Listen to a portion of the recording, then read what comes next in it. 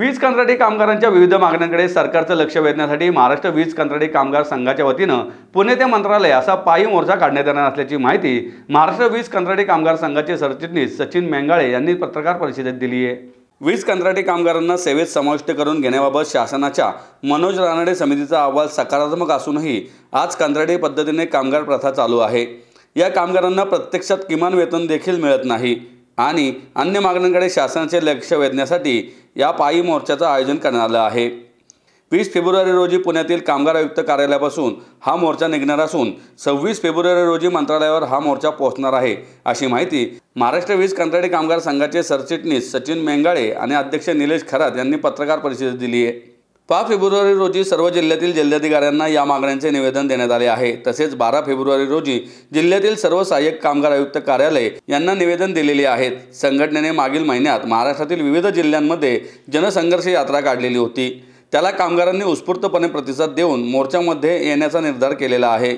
वीज कामगार संघाचे मार्गदर्शक अण्णाजी देसाई, आमदार मेधा कुलकर्णी व संघटना पदाधिकारी यांची 22 एप्रिल रोजी मंत्रालयात ऊर्जा मंत्री व तीनही वीज कंपनीचे प्रशासकीय अधिकारी यांच्याशी सकारात्मक चर्चा होऊन शासनाच्या वतीने रानडे समितीची स्थापना केलेली होती। या समितीच्या अहवालानुसार कंत्राटी पद्धत बंद करून रोजंदारी कामगार पद्धत सुरू केल्यास पहिल्या वर्षी कायम कामगारांच्या पगाराच्या 55% रक्कम पगार म्हणून द्यावा, दुसऱ्या वर्षी 65% आणि तिसऱ्या वर्षी 75%, चौथ्या वर्षी 85% आणि 5व्या वर्षी 100% एवढी रक्कम पगार म्हणून द्यावी अशी योजना होती। मात्र या योजनेत पहिल्या वर्षी वीज कंपन्यांवर कोणताही बोजा येणार नाही, दुसऱ्या वर्षी 22 कोटी रुपये बोजा येऊ शकतो असे नमूद केले आहे। कंत्राटी कामगारांना रोजंदारी पद्धतीवर कामावर घ्यावे व त्यांना शाश्वत रोजगार द्यावा, कोणताही आर्थिक बोजा कंपनीवर येणार नाही। शिवाय कंत्राटदाराला 18% GST व 5% त्याचा नफा द्यावा लागतो, ती रक्कम देखील वाचू शकते। या सर्व विषयात मुख्यमंत्री महोदय यांनी सकारात्मक तोडगा काढून कामगारांना न्याय द्यावा असे निवेदन मुख्यमंत्र्यांना देण्यात येणार आहे। या पत्रकार परिषदेला ज्येष्ठ मार्गदर्शक अण्णाजी देसाई, महाराष्ट्र वीज कंत्राटी कामगार संघटनेचे अध्यक्ष निलेश खरात, सरचिटणीस सचिन मेंगाळे, कार्याध्यक्ष उमेश आनेराव, संघटक सचिव राहुल बोडके आदी उपस्थित होते। या महाराष्ट्राच्या वीज उद्योगामध्ये महावितरण, महापारेषण आणि महानिर्मिती या तिन्ही कंपन्यांमध्ये कंत्राटी कामगार पद्धत राबवली गेलेली आहे। या कंत्राटी कामगार पद्धतीमध्ये त्यांना जे दिलं जाणारं वेतन आहे हे कंत्राटदारांच्या माध्यमातून दिलं जातं आणि हे कंत्राटदार यांच्या वेतनातून, पगारातून अनधिकृतपणे कपात करतात, त्यांची PFच्या रकमा वगैरे भरत नाहीत।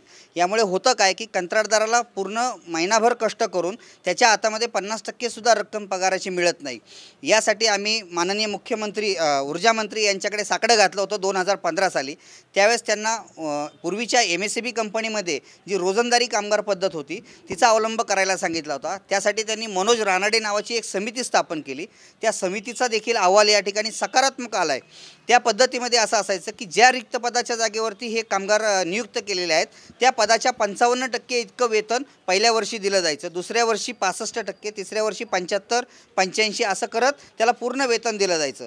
तर आज या कंत्राटदारांनी जो महाराष्ट्रामध्ये हैदोस घातला आहे त्यामुळे हा कामगार वर्ग हा असंतोषामध्ये आहे आणि कष्ट करून जर का हा पगार फक्त 50%च आम्हाला मिळत असेल आणि हे भ्रष्ट कंत्राटदार आणि अधिकारी संगनमताने जर का आमच्या कष्टाचे आणि घामाचे पैसे खात असतील तर ती पद्धत बंद होऊन ही रोजंदारी कामगार पद्धतीतून आम्हाला न्याय मिळाला पाहिजे। हे आम्ही यासाठी माननीय ऊर्जा मंत्री आणि माननीय मुख्यमंत्र्यांकडे सुद्धा साकडं घातलेलं आहे आणि यासाठीच आता हा जर का मोर्चा जो आहे हा पुणे ते मुंबई हा पायी प्रवास ह्या सगळ्या महाराष्ट्रातील साधारणतः 4000 कंत्राटी कर्मचारी पुण्यापासून 20 तारखेला निघून मुंबईला मंत्रालयावरती माननीय मुख्यमंत्री यांना हे निवेदन देण्यासाठी जाणार आहे। मोर्चा हा पुण्याचे कामगार आयुक्त वाकडेवाडी ऑफिस शिवाजीनगर येथून निघणार आहे आणि मंत्रालयावरती जाईल। मंत्रालयावरती आम्ही हे निवेदन त्यांना देऊ आणि त्या ठिकाणी आमच्या मागण्या मान्य होईपर्यंत आम्ही आझाद मैदानाला त्या ठिकाणी ठिय्या आंदोलन करणार आहोत।